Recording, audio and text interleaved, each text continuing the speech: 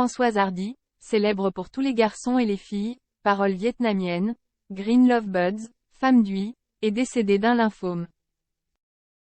En 2023, Hardy était la seule artiste française à figurer sur la liste des plus grands chanteurs de tous les temps, au numéro 162.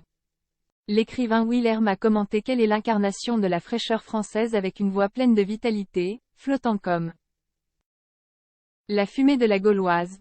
Selon le Guardian, elle est décédée à l'âge de 80 ans, le 11 juin à Paris. Le fils de Françoise Hardy, le musicien Thomas Dutronc, a posté une photo prise avec sa mère lorsqu'elle était enfant, en écrivant « Maman est partie ». Hardy souffre d'un lymphome depuis 2004 et a subi des années de radiothérapie et d'autres traitements. En 2015, le chanteur est brièvement tombé dans le coma après que son état se soit aggravé. L'artiste est né en 1944 et vit principalement avec sa mère à Paris. À l'âge de 16 ans, elle reçoit en cadeau sa première guitare et c'est à partir de là qu'elle débute sa carrière de chanteuse et de compositrice. En 1961, Hardy signe un contrat avec le label Disque Vogue. Le chanteur a sorti son premier tube, Tous les garçons et les filles, en 1962, alors qu'il n'avait que 18 ans. La chanson s'est vendue à plus de 2,5 millions d'exemplaires, restant en tête des charts français pendant plusieurs semaines. Par la suite, Hardy sort des singles tels que Je suis d'accord et Le temps de l'amour. En 1963, elle représente Monaco au concours Eurovision de la chanson et se classe 5e. 5 ans plus tard, le chanteur s'impose une nouvelle fois en sortant la chanson Comment te dire adieu, écrite par Serge Gainsbourg. L'œuvre a remporté la première place des charts musicaux en Angleterre et en France.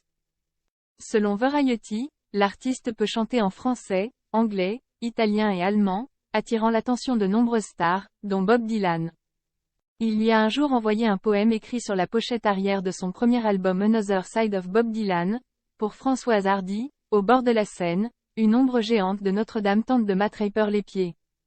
Dans une interview, Hardy a déclaré un jour que lorsqu'il s'était rendu à Paris pour donner son premier concert, Bob Dylan avait refusé de monter sur scène à moins qu'elle n'accepte de le rencontrer.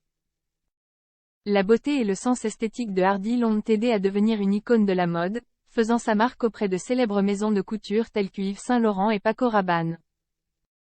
Elle a également inspiré des photographes tels que Richard Avedon, David Bailey et William Klein. Le designer Rei Kawakubo a nommé sa marque comme des garçons d'après une ligne de tous les garçons et les filles de Hardy. Hardy était aimé de nombreux réalisateurs et est apparu dans des films de Jean-Luc Godard, Roger Vadim et John Frankenheimer. Elle tombe publiquement amoureuse du musicien Jacques Dutronc en 1967 et donne naissance à Thomas en 1973. Le couple se marie en 1981 après 4 ans de fréquentation. Les deux se séparent en 1988, puis redeviennent amis. En 2016, sur Le Parisien, Hardy affirmait que même si Dutronc avait construit sa vie avec sa nouvelle compagne, c'était lui qui ne voulait pas divorcer. En 1970, Hardy quitte Disque Vogue suite à un différend sur les bénéfices, signant un contrat de 3 ans avec Sonopresse. Un an plus tard, le musicien et artiste brésilien Tuca sort l'album La Question mais elle n'attire pas un large public. Elle a sorti quelques autres albums, le plus récemment Personne des Autres en 2018.